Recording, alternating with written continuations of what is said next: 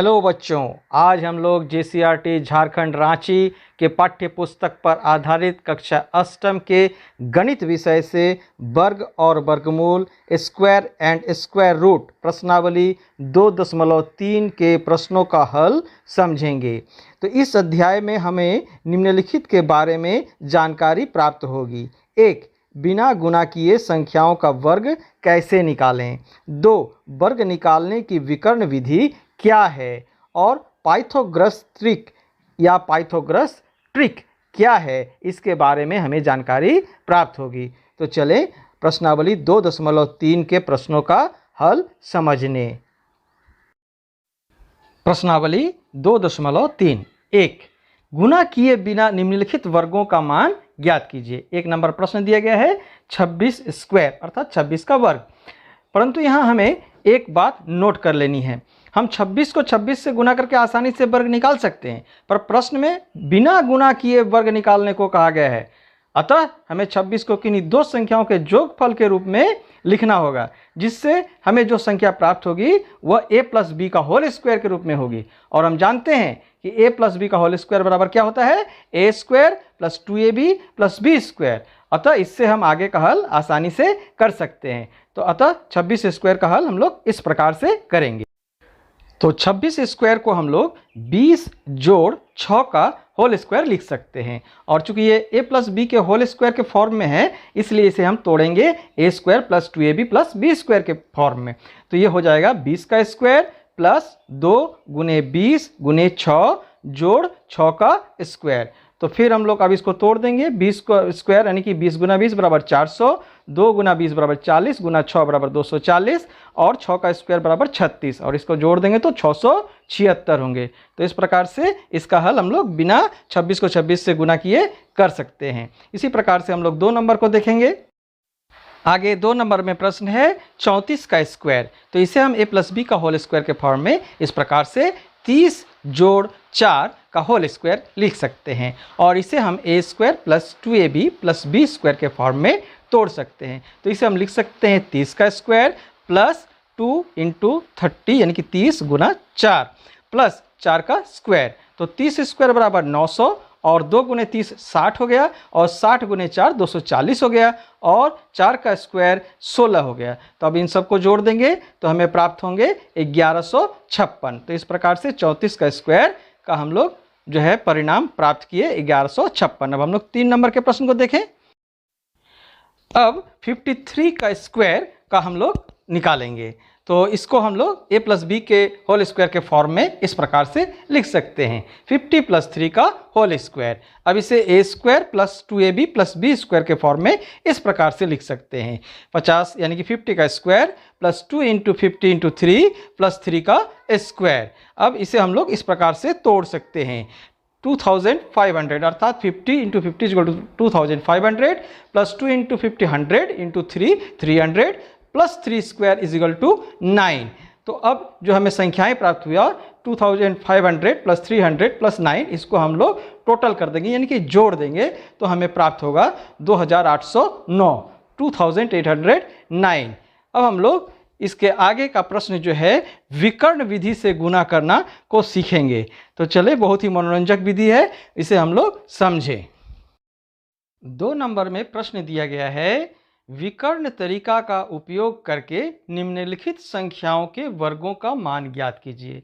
तो 1 नंबर में प्रश्न दिया गया है 234 का स्क्वायर। तो हम लोग देखें कि इसको हम लोग कैसे ज्ञात कर सकते हैं। इसे अच्छी तरह से समझने का आप सभी प्रयास करेंगे। 234 का वर्ग ज्ञात करना है। तो इसके लिए हम लोग क्या करेंगे, हमें जितनी संख्या में यहाँ जितनी संख्या दिया गया है 1 2 3, तो हमें उतने ही जो है यहाँ 3 बाई 3 का एक जो है वर्ग इस प्रकार से बना लेना है, और उसे इस प्रकार से बीच से विभाजित कर देना है। ठीक है, उसके बाद जो है हमें उन संख्याओं को जिसे हमें गुना करना है उसे इस प्रकार से लिखना है 2 3 4। ठीक है, और फिर इधर भी 2 3 4, और अब हमें जो है गुना करने का काम प्रारंभ करना है। तो ये 2 और 2 को अगर हम गुना करते हैं तो हमें प्राप्त होता है 4। तो इस घर में हमें उस 4 को लिखना है। इसके लिए हमें इसे 0 और इसे 4 नीचे लिखना है, यानी कि 04 माने 4 ही हुआ। तो इस प्रकार से इस घर में हमें 04 लिखना है। ठीक है, आगे फिर 2 को 3 से अगर हम गुना करते हैं तो आता है 6, तो यहाँ 0 लिखेंगे, यहाँ 6 लिखेंगे। 2 को 4 से गुना करेंगे तो 8 होगा, तो यहाँ 0 लिखेंगे और यहाँ 8 लिखेंगे। इसी प्रकार से 3 को यदि 2 से गुना करते हैं तो होता है 6, तो यहाँ 0 और यहाँ 6 लिखेंगे। फिर 3 को 3 से गुना करते हैं तो होता है 9, तो यहाँ 0 लिखेंगे, यहाँ 9 लिखेंगे। फिर 3 को 4 से गुना करते हैं तो होता है 12। अब 12 के लिए 2 संख्या है, इसलिए 1 ऊपर लिखेंगे और 2 नीचे लिखेंगे। अब 4 से 2 को गुना करेंगे तो होगा 8, यहाँ 0 लिखेंगे और यहाँ 8 लिखेंगे। फिर 4 को 3 से गुना करेंगे तो होगा 12, यहाँ 1 लिखेंगे और यहाँ 2 लिखेंगे। फिर 4 को 4 से गुना करेंगे तो होगा 16, ऊपर 1 लिखेंगे और नीचे 6 लिखेंगे। तो इस प्रकार से इन घरों में जो हमें लिखना था वो हम लोग लिख चुके हैं। अब हमें क्या करना है कि इन घरों में जो संख्याएं हैं उसे हमें इस प्रकार से जो है जो जोड़ना है। ठीक है, तो सबसे पहले ये वाला घर है, तो इसको हम लोग जोड़ते हैं। तो इसको जोड़ेंगे तो कितना, केवल 6 है, इसके साथ में और कोई घर आगे नहीं है, तो ये हो गया हमारा 6। ठीक है, और इस प्रकार से जो कोना कोनी है उसे भी हम लोग जोड़ेंगे। तो इसको इस प्रकार लिखेंगे 2 + 1 + 2। तो इसको अगर हम लोग जोड़ते हैं तो कितना हो जाता है 5, तो इसको 5 लिख देंगे। फिर इसको जोड़ेंगे तो यह है 8 + 1 + 9 + 1 + 8। तो इसको हम लोग जोड़ेंगे तो 8 और 1 9, 9 9 18, 18 और 1 19 और 8 27। तो ये 27 हुआ। तो 27 का 7 जैसे हम लोग जोड़ते हैं और हमारे दहाई में कुछ अंक है तो उसे हम अपने हाथ में रखते हैं और अगली संख्या में उसे जोड़ देते हैं। तो यहाँ भी उसी करना है, 2 को जो है हम इसके आगे वाले संख्या के साथ में जोड़ देंगे और यहाँ पर केवल 7 रह जाएगा। फिर हम लोग इसको जोड़ते हैं तो यहाँ 0 + 6 + 0 + 6 + 0 और यहाँ जो 2 बचा था उसको यहाँ पर जोड़ देंगे। तो अब मेरे पास कितना हो गया, इसको जोड़ेंगे 6 6 12 और 2 14, 14 का 4 यहाँ पर रहेगा और 1 आगे संख्या में जुट जाएगा। तो आगे है कितना है, 4 है केवल। 0 0 + 4 + 0 और यहाँ से 1 आया, तो ये हो गया 5। और तो कोई संख्या नहीं है, 0 है तो 0 के साथ में कुछ जोड़ना नहीं है। तो अब हमें इन संख्याओं को जो हमें प्राप्त हुआ है वो इकाई संख्या, उसे हम लोग यहाँ पर लिखेंगे अलग से। तो हम लोग इसको लिखते हैं, तो ये हो गया 5, इधर से लिखेंगे 5 4 5 4 7 5 6। तो इस प्रकार से ये हमारा विकर्ण विधि के द्वारा गुणन प्राप्त हुआ, गुणनफल प्राप्त हुआ। तो हम लोग बच्चों इसके आगे जो गुणन दिया गया है उसको हम लोग देखें। तो हम लोग देख रहे हैं बच्चों कि दूसरा नंबर में 104 का वर्ग हमें निकालना है। तो हम लोग यहाँ पर उसी प्रकार से लिखेंगे 104। यहाँ हम लोग 9 × 9 का वर्ग बना लिए हैं और सभी वर्गों को जो है विभाजित कर दिए हैं 2 भागों में। अब फिर इसी प्रकार से इधर भी लिखेंगे 104। अब हमें 1 को 1 से गुना करना है तो कितना हो जाएगा, 1 को 1 से गुना करने पर 1। तो यहाँ हम लोग 0 लिखेंगे और यहाँ 1 लिखेंगे। फिर 1 को 0 से गुना करेंगे तो कितना हो जाएगा, हमें 0 प्राप्त होगा, तो 0 लिख देंगे। फिर 1 को 4 से गुना करेंगे तो 4 प्राप्त होगा, तो यहाँ 0 लिखेंगे और यहाँ 4 लिखेंगे। अब 0 से किसी भी संख्या को गुना करेंगे तो 0 ही होगा, तो यहाँ पर इधर हम लोग सारे में 0 और 0 0 लिख देंगे। ठीक है, इसमें भी 0 0 लिख देंगे। अब जो है फिर हमें 4 से गुना करना है 1 को, तो कितना होगा, 4 प्राप्त होगा। तो 4 हम यहाँ 0 लिखेंगे, यहाँ 4 लिखेंगे। फिर 4 को 0 से गुना करेंगे तो 0 ही प्राप्त होगा, तो यहाँ 0 यहाँ भी 0। 4 को 4 से गुना करेंगे तो 16 प्राप्त होगा, तो 1 यहाँ लिखेंगे और 6 यहाँ लिखेंगे। अब हमारा काम है इन्हें जोड़ना। तो यहाँ 6 है, 6 से आगे कोई संख्या नहीं है तो यहाँ 6 ही लिखेंगे। और इधर जो है हमारे पास 0 है +1 है +0 है, इन संख्याओं को जोड़ेंगे तो हो जाएगा 1। ठीक है, 1। और फिर इधर इस लाइन में जो संख्याएं हैं उसको हम लोग जोड़ेंगे, तो 4 + 0 + 0 + 0 + 4। तो इनको हम लोग जोड़ेंगे तो कितना हो जाएगा, 8 हो जाएगा, तो 8 लिख देंगे। फिर इस लाइन में जो है केवल 0 ही है, तो इनका जोड़ जो है 0 0 0 0 सब क्या क्या तो है, 5 तो है, 1 2 3 4 और 5, इसका जोड़ 0 ही होगा। फिर आगे इस लाइन में जो है क्या है 0 + 1 + 0, तो इसको जोड़ेंगे तो 1 हो जाएगा, और इस लाइन में है केवल 0। तो अब हमें इकाई की संख्या जो 0 है उसको छोड़ देंगे, जो इकाई की संख्या और है उन्हें हमें एक साथ में लिखना है, तो उसको एक साथ में लिख देते हैं। तो ये हो जाएगा 1 1 1 हो गया। उसके बाद यहाँ 0, इस 0 को लिखना है, आगे वाले 0 को छोड़ देना है।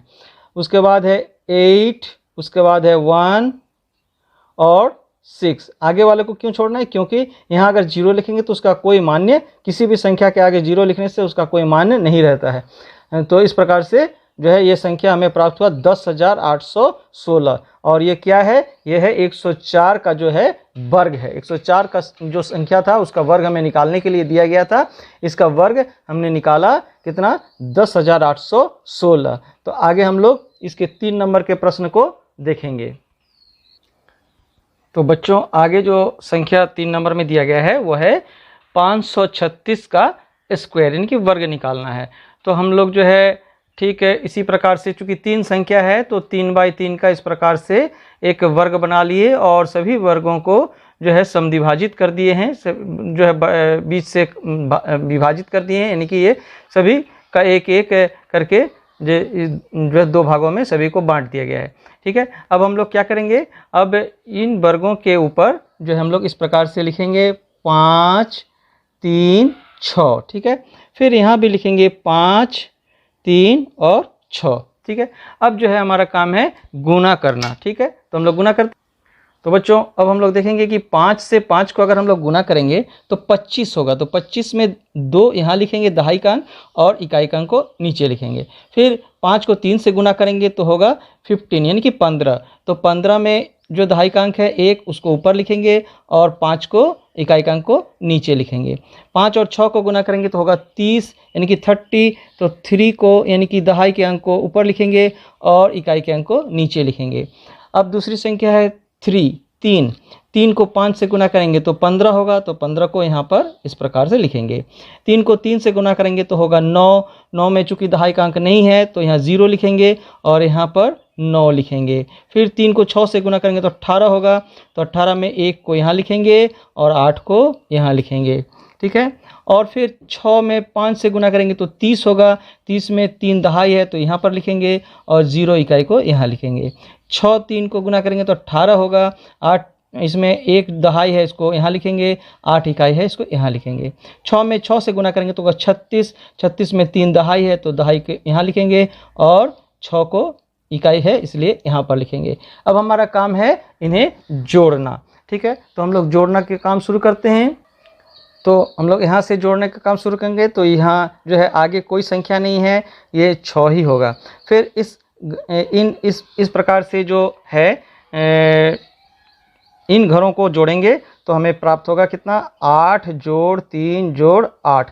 तो कितना हो गया, 8 8 16, 16 और 3 19। 19 का इस प्रकार से 19 लिखेंगे, और ये जो दहाई का अंक है, दहाई के अंक को यहाँ से हम लोग जो है शिफ्ट कर देंगे अगले अंक में। ठीक है, तो इसे अगले जो संख्या है उसमें जोड़ देंगे।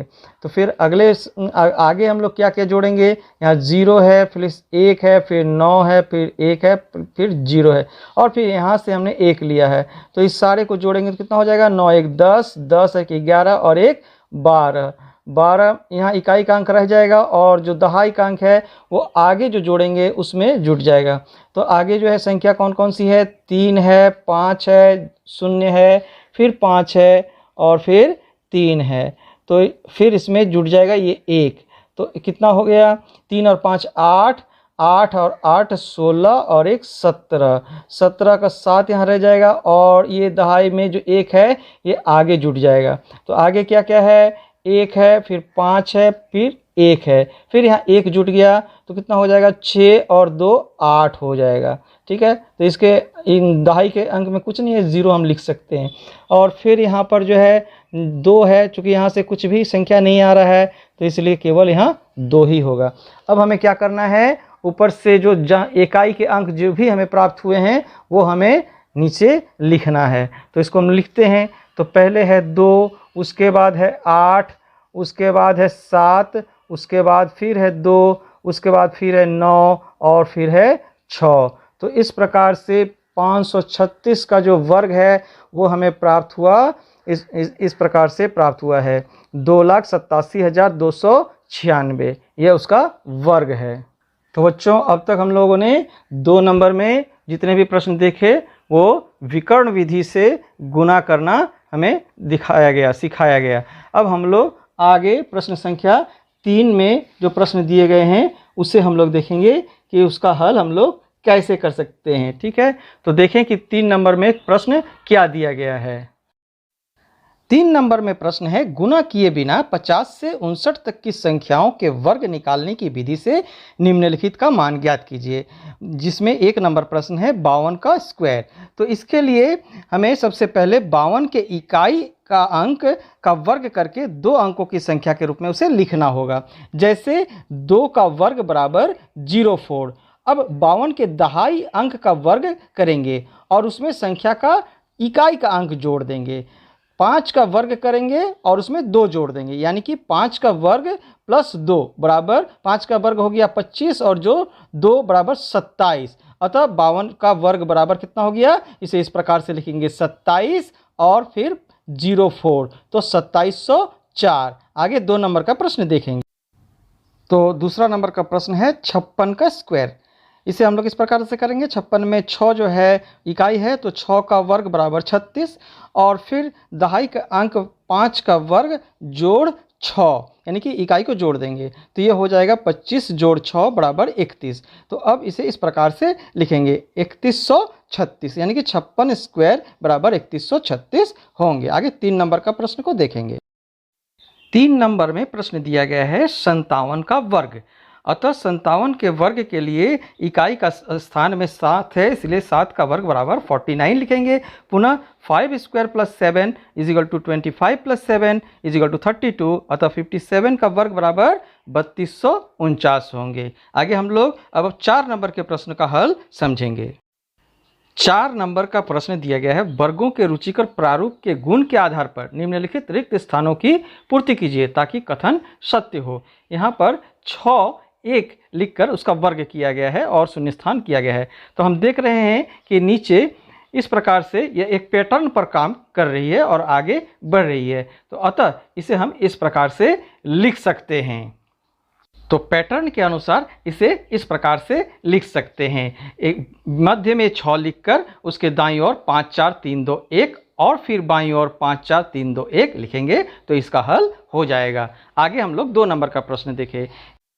2 नंबर के प्रश्न में दिया गया है 8 बार 6 लिखकर और उसके बाद 7 लिखकर उसका पूर्ण वर्ग किया गया है। तो यह भी हम देख रहे हैं कि एक पैटर्न पर आगे बढ़ रही है। तो इसी पैटर्न पर अगर हम आगे बढ़ते हैं तो हमें 9 बार 4 लिखना होगा, उसके बाद 8 बार 8 लिखना होगा और अंत में 9 लिखना होगा, तभी इसका हल हो पाएगा। आगे हम लोग 3 नंबर के प्रश्न का देखते हैं। इसमें दिया गया है 3 नंबर का प्रश्न इस प्रकार से दिया गया है 7 का वर्ग प्लस 8 का वर्ग प्लस 56 का वर्ग बराबर क्या होगा। तो यहाँ इसे हम इस प्रकार से लिख सकते हैं 49 प्लस 64 प्लस 3136 और इसे जोड़ेंगे तो होगा 3249 और इसे हम इस प्रकार से 57 को 57 से गुना करने पर यह प्राप्त होता है, तो इसे लिख सकते हैं बराबर 57 का वर्ग होगा। अतः अब 4 नंबर के प्रश्न को देखेंगे। 4 नंबर के 4 में प्रश्न दिया गया है इस प्रकार से 1 2 3 4 5 6, उसके बाद फिर घटते क्रम में 5 4 3 2 1 बराबर, यहाँ पर जो है कुछ नहीं दिया गया है, ब्रैकेट के अंदर क्या होगा लिखना है और फिर नीचे ऑब्लिक देके 1 plus 2 plus 3 dash dash dash plus 3 plus 2 plus 1। तो ये भी एक पैटर्न पर काम करता है। हम देखें कि यह कौन से पैटर्न पर काम करता है। यह भी एक पैटर्न पर काम करता है। जैसे 1 2 1 अगर ये है तो इसके लिए लिखा जाता है 2 बार 2, चूँकि यहाँ बीच में 2 है, 2 संख्या, एक इधर और एक इधर 2, तो 2 बार 2 का होल स्क्वायर बटा नीचे लिखेंगे 1 प्लस 2 प्लस 1। ठीक है, तो उसी प्रकार से यदि हम इसको आगे बढ़ाते हैं और लिखते हैं 1 2 3 2 1, तो इसके लिए अब हमें यहाँ पर लिखना होगा 3 2, 3 है बीच में तो 3 2। ठीक है, तो 3 बार 2 लिखेंगे, इसका स्क्वायर लिखेंगे और बटा 1 प्लस 2 प्लस 3 प्लस फिर घटते हुए क्रम में 2 प्लस 1, इस प्रकार से इसे लिखेंगे। तो इसी के अनुसार यदि हम यहाँ पर देखें तो यहाँ पर बीच में संख्या 6 है, तो यहाँ यानी कि यहाँ पर हमें 6 बार 2 लिखना होगा। तो उसको लिखते हैं, तो ये बराबर कितना हो जाएगा, 6 बार 2, यानी कि 1 2 3 4 5 6, 6 बार 2 का वर्ग। और फिर नीचे इसी प्रकार से जैसे यहाँ पर लिखा गया है, बीच में 3 है तो 3 ही रहेगा, वहाँ जो है बीच में 6 है तो 6 ही रहेगा, तो 6 लिखेंगे। और इधर 5 4 3 2 1, और इधर भी 5 4 3 2 1। तो इस प्रकार से 4 नंबर का हल हो गया। अब बच्चों हम लोग 5 नंबर में पाइथागोरस ट्रिक या पाइथागोरस प्रमेय से संबंधित प्रश्नों का हल जानेंगे और इसे समझेंगे। तो चले हम लोग 5 नंबर के प्रश्न का हल समझने। 5 नंबर में प्रश्न है, एक पाइथागोरस त्रिक ज्ञात कीजिए जिसमें छोटी संख्या 10 है। तो यहाँ हमें जानना है कि पाइथागोरस त्रिक या पाइथागोरस प्रमेय क्या है। तो यहाँ नोट पर लिखा गया है, किसी समकोण त्रिभुज में 2 छोटी संख्याओं के वर्गों का योग तीसरी संख्या के वर्ग के बराबर होती है। जैसे यदि a, b और c ऐसी संख्याएं हैं जिसमें a² + b² बराबर c², तब a, b और c समूह पाइथागोरस त्रिक या पाइथागोरस प्रमेय कहलाता है, जहां c सबसे बड़ी भुजा है और a और b छोटी भुजाएं हैं। तो यहाँ पर दिया गया है कि पाइथागोरस ट्रिक हमें ज्ञात करना है जिसमें छोटी संख्या 10 है। तो इसके लिए जैसे ये एक अगर हम समकोण त्रिभुज खींचते हैं तो यहाँ हमें 3 भुजाएं मिलती है, और यहाँ ये B और C, ये जो है सबसे छोटी भुजा है और ये लंब है और ये कर्ण है। तो पाइथागोरस ट्रिक ये बताता है कि ये जो 2 छोटी भुजाएं हैं इसका जो है वर्ग जो है वो तीसरी भुजा जो सबसे बड़ी है उसके वर्ग के बराबर होती है। ठीक है, ये दोनों भुजा का वर्ग जो है इसका जोड़ इसके भुजा के वर्ग के बराबर होती है। यानी कि ये भुजा हमारा दिया गया है और ये दोनों भुजा का हमें माप ज्ञात करना है। तो पाइथागोरस ट्रिक में हमें बताता है कि m² - 1, m² + 1 और 2m, ये एक पाइथागोरस ट्रिक है और इसके अनुसार हमें इसका हल करना है। यानी कि m² - 1 बराबर अगर हम 10 रखें तो m² बराबर कितने हो जाएंगे, 10 जोड़ 1 हो जाएगा, और m² बराबर हो जाएगा ये 11, और m बराबर ये यदि स्क्वायर हटाते हैं तो यहाँ इधर 11 रूट अंडर के अंदर आ जाता है। तो इसके अनुसार तो इसका जो है पूर्ण वर्ग नहीं होगा, यानी कि इसके ये जो है हल जो है सही नहीं हुआ। तो हम दूसरा लेंगे m² + 1। इसके लिए यदि 10 रखेंगे तो m² बराबर कितना हो जाएगा, 10 - 1, और m² बराबर कितना हो जाएगा, 9, और m बराबर कितना हो जाएगा, √9 बराबर 3। तो यहाँ पर हमें m का मान 3 प्राप्त हुआ। तो इसी मान को अगर हम इस दोनों में रखें तो हमें क्या प्राप्त होगा, m² - 1 बराबर प्राप्त होगा यहाँ 3² - 1 बराबर 9 - 1 = 8, और फिर 2m में रखें तो 2m बराबर 2 × 3 = 6। तो परंतु हम यहाँ देख रहे हैं कि हमें 2 मान जो प्राप्त हुए हैं 8 और 6 वो 10 से छोटा है, तो ये जो है हमारा सही नहीं हुआ। अब हम लोग 2m में जो है 2m बराबर 10 करके देखते हैं। 2m = अगर 10 होगा तो m = हो जाएगा 10/2, इसको काट देंगे तो 5, यानी कि m बराबर हो गया 5।